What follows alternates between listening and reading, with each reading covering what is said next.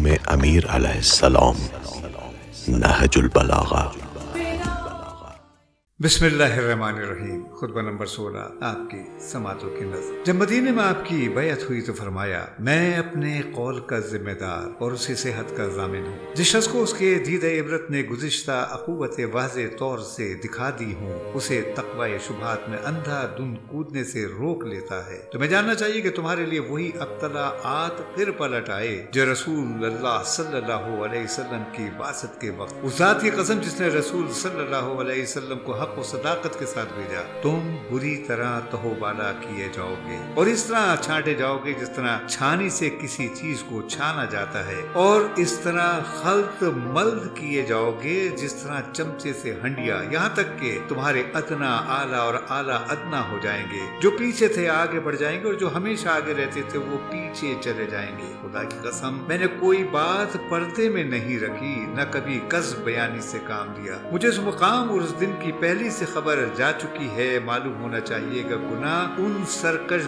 گھوڑوں کے مانند ہیں جن پر ان کے سواروں کو سوار کر دیا گیا ہو اور باغیں بھی ان کی اتار دی گئی ہوں، اور وہ لے جا کر انہیں دوزخ میں پھاند پڑے، اور تقوی رام کی ہوئی سواریوں کے مانند ہے جن پر ان کے سواروں کو سوار کیا گیا ہو، اس طرح کہ باغیں ان کے ہاتھ میں دے دی گئی ہوں اور انہیں با اطمینان لے جا کر ایک حق ہوتا ہے، اور اگر حق کم ہو گیا ہے تو بسا اوقات ایسا ہوا ہے اور بہت ممکن ہے کہ اس کے بعد بھی باطل پر چھا جائے، اگرچہ ایسا کم ہی ہوتا ہے کہ کوئی چیز پیچھے ہٹ کر آگے بڑھے۔ علامہ رضی فرماتے ہیں کہ اس مختصر سے کلام میں واقعی خوبیوں کے اتنے مقام ہیں کہ احساس خوبی کا اس کے تمام گوشوں کو پا نہیں سکتا، اور اس کلام سے حیرت و استجاب کا حصہ پسندیدگی کی مقدار سے زیادہ ہوتا ہے۔ اس حالت کے باوجود جو ہم نے بیان کی، اس میں فصاحت کے اتنے بے شمار پہلو ہیں کہ جن کے بیان کرنے کا یارہ نہیں، نہ کوئی انسان اس کی عمیق گہرائیوں تو پہنچ سکتا ہے۔ میری اس بات کو وہی جان سکتا ہے جس نے اس فن کا پورا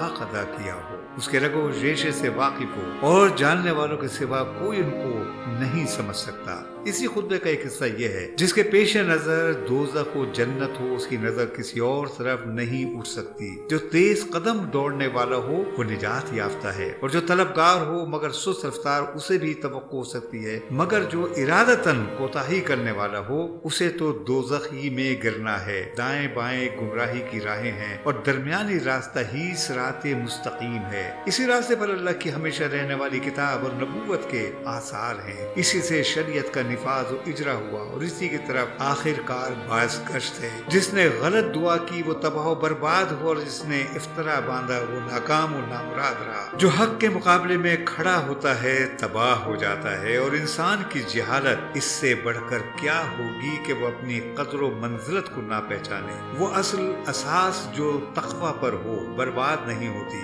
اور اس کے ہوتے ہوئے کسی قوم کی عمل بے آب و خوش نہیں رہتے۔ تم اپنے گھر کے گوشوں میں چھپ کر بیٹھ جاؤ، آپس کے جھگڑوں کی اصلاح کرو، توبہ تمہارے عقب میں ہے۔ حمد کرنے والا صرف اپنے پروردگار کی حمد کرے، اور برا بھلا کہنے والا اپنے ہی نفس کی ملامت کرے۔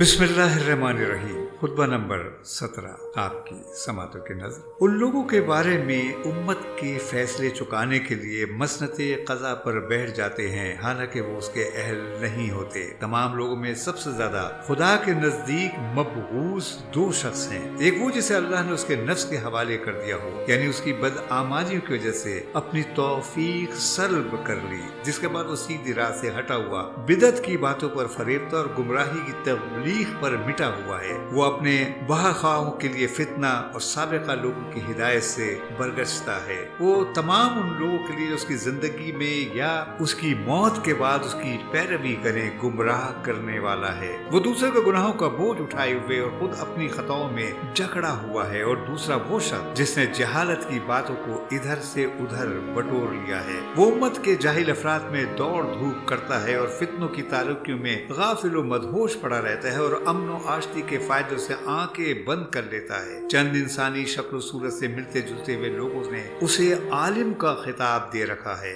حالانکہ وہ عالم نہیں، وہ ایسی بے سود باتوں کے سمیٹنے کے لیے منہ اندھیرے سے نکل پڑتا ہے جن کا نہ ہونا ہونے سے بہتر ہے۔ یہاں تک کہ جب وہ اس گندے پانی سے سیراب ہو لیتا ہے اور لا یعنی باتوں کو جمع کر لیتا ہے تو لوگوں میں قاضی بن کر بیٹھ جاتا ہے اور دوسروں پر مشتبہ رہنے والے مسائل کے حل کرنے کا ذمہ لے لیتا ہے۔ اگر کوئی الجھا ہوا مسئلہ اس کے سامنے پیش ہوتا تو اپنی رائے سے اس کے لیے بھرتی کی فرسودہ دلیلیں مہیا کر لیتا ہے اور پھر اس پر یقین بھی کر لیتا ہے۔ اسی طرح وہ شبہات کے الجھاؤ میں پھنسا ہوا ہے جس طرح مکڑی خود ہی اپنے جالے کے اندر۔ وہ خود یہ نہیں جانتا کہ اس نے صحیح حکم دیا ہے یا غلط۔ اگر صحیح بات بھی کہی ہو تو اسے یہ اندیشہ ہوتا ہے کہیں غلط نہ کہا ہو، اور غلط جواب ہو تو اسے یہ توقع رہتی ہے کہ شاید یہی صحیح ہو۔ وہ جہالتوں میں بھٹکنے والا جاہل اور اپنی نظر کے دھندلاپن کے ساتھ تاریکیوں میں بھٹکنے والی سواریوں پر سوار ہے۔ نہ اس نے حقیقت علم کو پرکھا نہ اس کی تہ تک پہنچا۔ وہ روایات کو اس طرح درہم برہم کرتا ہے جس طرح ہوا سوکھے ہوئے تنکوں کو۔ خدا کی قسم وہ ان مسائل کے حل کرنے کا اہل نہیں ہے جو اس سے پوچھے جاتے ہیں، اور نہ ان منصب کے قابل ہے جو اسے سپرد کیا گیا ہے۔ جس چیز کو وہ نہیں جانتا اس چیز کو وہ کوئی قابل اعتنا علم ہی نہیں قرار دیتا، اور جہاں تک وہ پہنچ سکتا ہے اس کے آگے سمجھتا ہی نہیں کہ کوئی دوسرا پہنچ سکتا ہے، اور جو بات اس کی سمجھ میں نہیں آتی اسے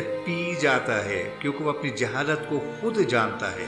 ناحق بہائے ہوئے خون اس کے ناروا فیصلے کی وجہ سے چیخ رہے ہیں، اور غیر مستحق افراد کو پہنچی ہوئی میراث چلا رہی ہیں۔ اللہ ہی سے شکوہ ہے ان لوگوں کو جو جہالت میں ہیں اور گمراہی میں مر جاتے ہیں۔ ان میں قرآن سے زیادہ کوئی بے قیمت چیز نہیں جب کہ اسے اس طرح پیش کیا جائے جیسا پیش کرنے کا حق ہے، اور اس قرآن سے زیادہ ان میں کوئی مقبول اور قیمتی چیز نہیں اس وقت جب کہ اس کی آیتوں کا بے محل استعمال کیا جائے۔ ان کے نزدیک نیکی سے زیادہ کوئی برائی اور برائی سے زیادہ کوئی نیکی نہیں ہے۔